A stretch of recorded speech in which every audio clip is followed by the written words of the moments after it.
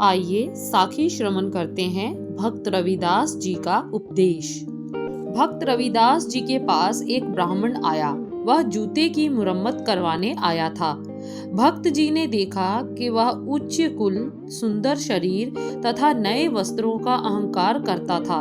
वह दूर दूर रहे तथा भयभीत हो कि कहीं चमार के निकट न हो जाए, चमड़े से घृणा करे। जब बोले तो बड़े रोब के साथ।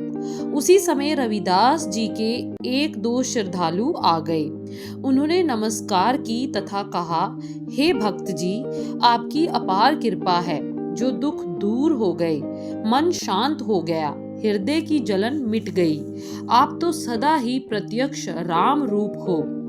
श्रद्धालु के मुख से यह वचन सुनकर उस ब्राह्मण को क्रोध आया तथा वह बोला, कैसे नीच पुरुष हो आप लोग। एक जूतिया मुरम्मत करने वाले का श्री रामचंद्र जी से मुकाबला करते हो। ऐसा कैसे हो सकता है। नीच पुरुष बड़े छोटे का ख्याल नहीं करते। ब्राह्मण की यह अहंकार भरी बातें सुनकर श्रद्धालुओं को बुरा लगा। उन्होंने कड़ा उत्तर दिया तो भक्त जी ने उनको बोलने से रोका तथा कहा, पंडित जी ठीक कहते हैं। मैं गरीब चमार भला श्री राम जी के मुकाबले पर कैसे हो सकता हूँ। श्री राम तो मेरे मालिक हैं, जगत के कर्ता धर्ता हैं। हरे राम राम राम। भक्त जी अपने राम के साथ एक सार हो गए। जूते की भी मुरम्मत करते जाएं, हाथ कार्य की तरफ और चित्त यार की तरफ। वाह, कैसा जीवन था। उस ब्राह्मण का ध्यान उधर पड़ा। उसने जब देखा तो वह हैरान हुआ।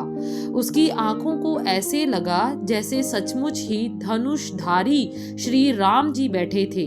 वह भीलनी के बेर खा रहे थे। उसके मुंह से एकदम आश्चर्य से निकला, राम, हे राम। भक्त जी ने जूता तैयार किया तथा कहा, लीजिए पंडित जी, यह है आपका जूता, पहन कर देखो, और तो नहीं करना। ब्राह्मण की सुध-बुध ठीक हुई। उसने जूता पैरों पे पहना, 2 पैसे फेंक कर भाग गया। वह ब्राह्मण था तथा उसको अहंकार था।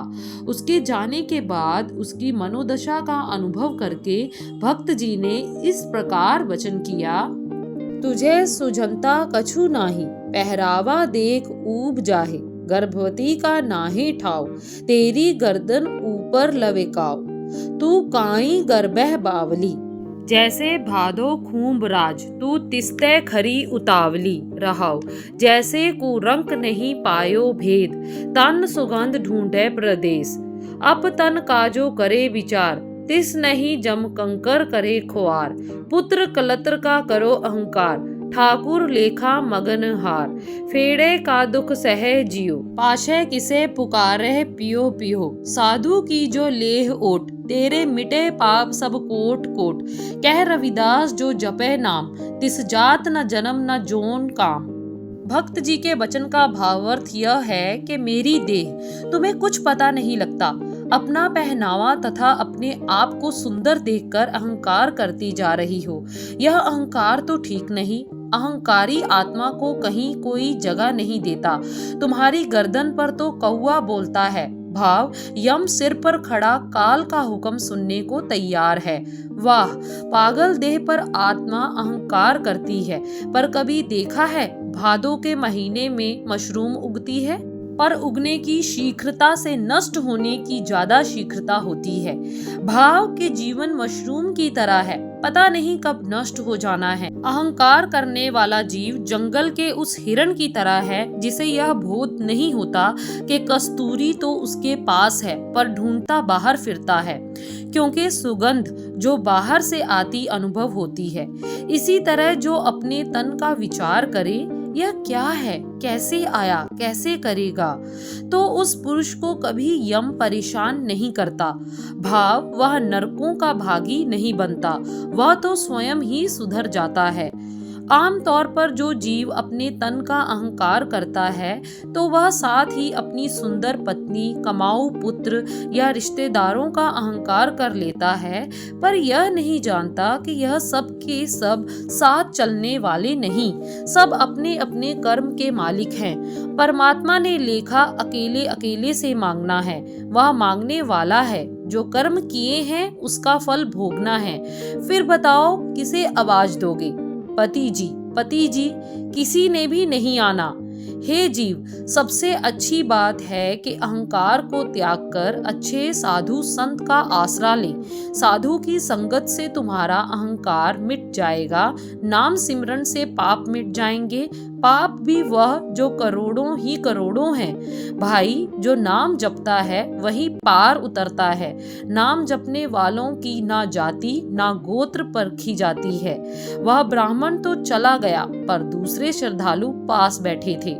उन्होंने भक्त जी के पास से ज्ञान उपदेश सुना। इसी तरह रास्ते पर जाते अनेकों पुरुष आ बैठते। कईयों को यह विश्वास था कि रविदास जी के दर्शन करने से ही दुख निवृत्त हो जाते हैं। लोग सुनते तथा दूर दूर तक यश ले जाते थे। कई बार स्वामी रामानंद जी गुसाई भी आते तथा रविदास जी के साथ वचन विलास करके चले जाते, पर भेद न खोलते, वह वृद्ध हो चुके थे। शाम को रविदास जी भी काम बंद करके उनके डेरे में जाकर सत्संग सुनते थे। नहावन आया संग मिल, बनारस पर गंगा थेटा, कड कसीरा सौंपया, रविदासे गंगा की पेटा, लगा पूर्व अबीचदा, डीठा चलित अचरज अमेटा, लया कसीरा हथ कड़ सूत, एक ज्यों ताना पेटा, भगत जना हर माँ प्यो बेटा। काशी में बड़ा भारी मेला था। उनको अबीच नक्षत्र पर्व कहा जाता था। भाई गुरदास जी के उपरोक्त कथन के अनुसार उस पर्व पर लोगों तथा श्रद्धालुओं के साथ रविदास जी भी गंगा स्नान करने के लिए उठकर आ गए। उनके पास एक कसीरा मतलब पैसा था। रविदास जी तथा उनकी धर्म पत्नी गंगा स्नान करने लगे। उस समय बहुत भीड़ थी। हजारों स्त्री पुरुष स्नान करते हुए अपनी आर्थिक दशा के अनुसार पूजा कर रहे थे तथा चढ़ावा चढ़ा रहे थे।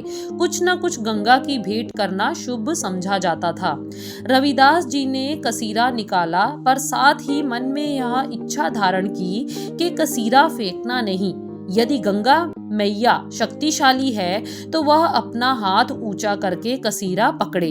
गंगा मैया ने राम भक्त के मन की इच्छा को जान लिया।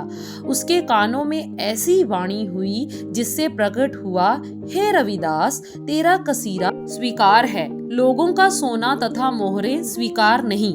भगवान भक्ति की भावना का भूखा है, उसको धनवान अच्छे नहीं लगते। रविदास जी ने कसीरा निकाला, हाथ में लेकर गंगा जल में गया। स्नान की डुबकी लगाकर उसने गंगा को कसीरा पकड़ाने के लिए हाथ आगे बढ़ाया तो उधर से गंगा की लहरों में से हाथ निकला। वह हाथ गंगा का था। गंगा अपनी भेंट मांग रही थी, प्रसन्नता व्यक्त कर रही थी। सबने उस हाथ को देखा। पंडित तथा बड़े सेठों ने, जो यज्ञ तथा भंडारे करवाने आए थे, उनको गंगा के दर्शन ना हुए। रविदास जी खुश होकर नाचने लग पड़े। उनके जीवन में एक उल्लास आया। उस समय कहते हैं कि सारे बनारस के मंदिरों के घंटे अपने आप बजने लग पड़े। घंटियों तथा घंटों के घनघोर ने लोगों के दिल दहला दिए, क्योंकि वह अपने आप बज रहे थे। भाई गुरदास जी कहते हैं, भक्त की लाज भगवान ने रखी तथा इस तरह कहना माना जैसे बालक का कहना पिता मानता है। भाव पिता बालक की मांगे पूरी करता है। उस दिन से रविदास जी की भक्ति प्रकट हो गई। सभी उनको भक्त जी कहकर बुलाने तथा आदर करने लगे। अगली साखी भक्त रविदास जी तथा पारस जल्द ही आप सबको श्रवण करवाएंगे।